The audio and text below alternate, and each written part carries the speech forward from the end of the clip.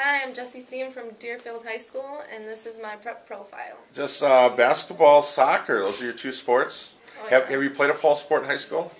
No, I have not. Nothing hit there, but how did you end up with those two sports?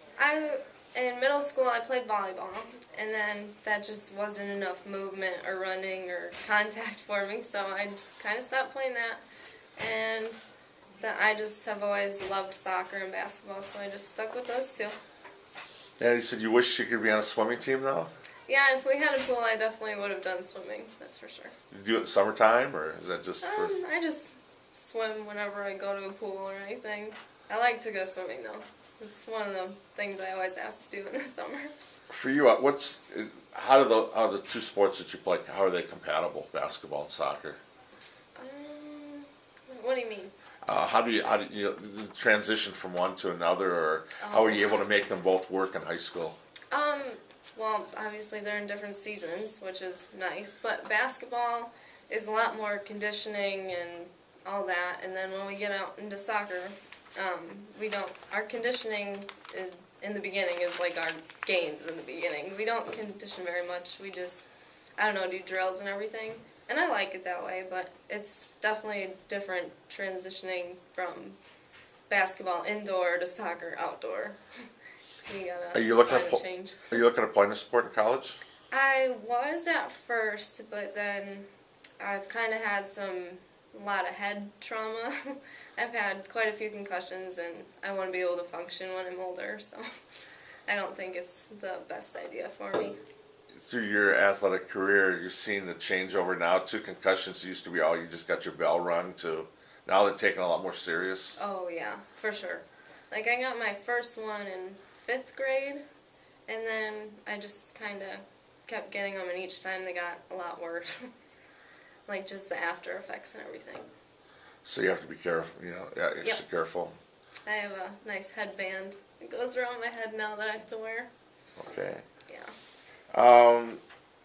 Said you have two favorite teachers. Mr. Polzine, is he the athletic director? He is. What class does he teach? He's a math teacher in physics, and I've had him for prob and stats, and that's when I really started enjoying having him. And then this year, I haven't had him yet, but I have another math class, so I always go into him almost every morning and get help with him. And he's just one of the nicest, kindest men I know. And Mrs. Coy? Yep, she is my English teacher, and she's just taught me so much about writing and everything, and I have really started to enjoy English because of her. You said one of the advantages going to a smaller school is being able to be involved in a lot of things. Mm-hmm. You also notice that from the class size or the availability of teachers? Oh yeah, they definitely are more apt to help you if you come in because there's less people, and then they have more time to really put their time in to help you. You said your most memorable moments in sports. You talk about one that most people might not say, totally bricking a shot. I haven't seen the word bricking used in a description of somebody's shot for a while, but then you said beating one of your teammates still got the rebound and put it in. Yeah.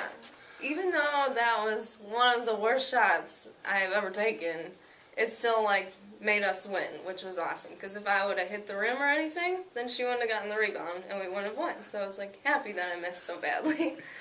It was a good moment because we beat Cambridge because of it. And then you said beating Sugar River. That's a pretty big rivalry for soccer. Oh yeah, we have always struggled to beat them, and then going in my freshman year playing on varsity, and we ended up parking the bus on defense, not letting them score, and then we won on a penalty kick. It was awesome.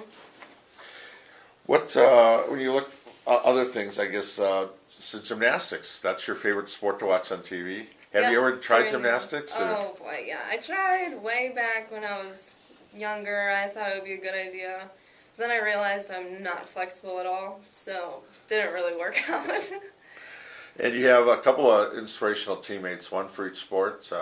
Kim Albrecht for basketball and Nicole Poirier. Yeah, Poirier. Poirier, she was a senior a year ago? Yep, they were both seniors last year. Okay. Kim was just best player on our team by far.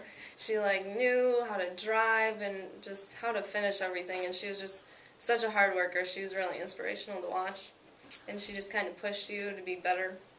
And then Nicole, she was one of my closest friends in soccer, and she was just worked as hard as she could. She was a midfielder, and midfielders have to do a lot of work, and she just always wanted other people to do good and score too, other than herself. Have you done any youth coaching with any of the sports, camps or clinics, things like that? I just recently helped out with a basketball camp thing. It was just a 1-day, 2-hour kind of thing, and that was really fun because I love little kids.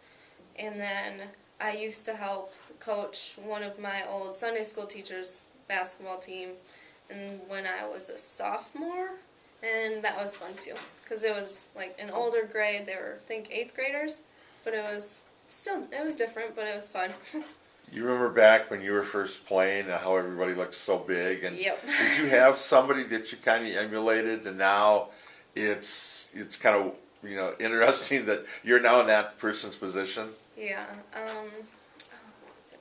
Yeah, when I was younger, I have 2 older brothers, so I'd always see like their teams and everything, and just everyone looked huge to me because I was so used to seeing them. But when they would play basketball or soccer, they just seemed so much more in control and just bigger than I was.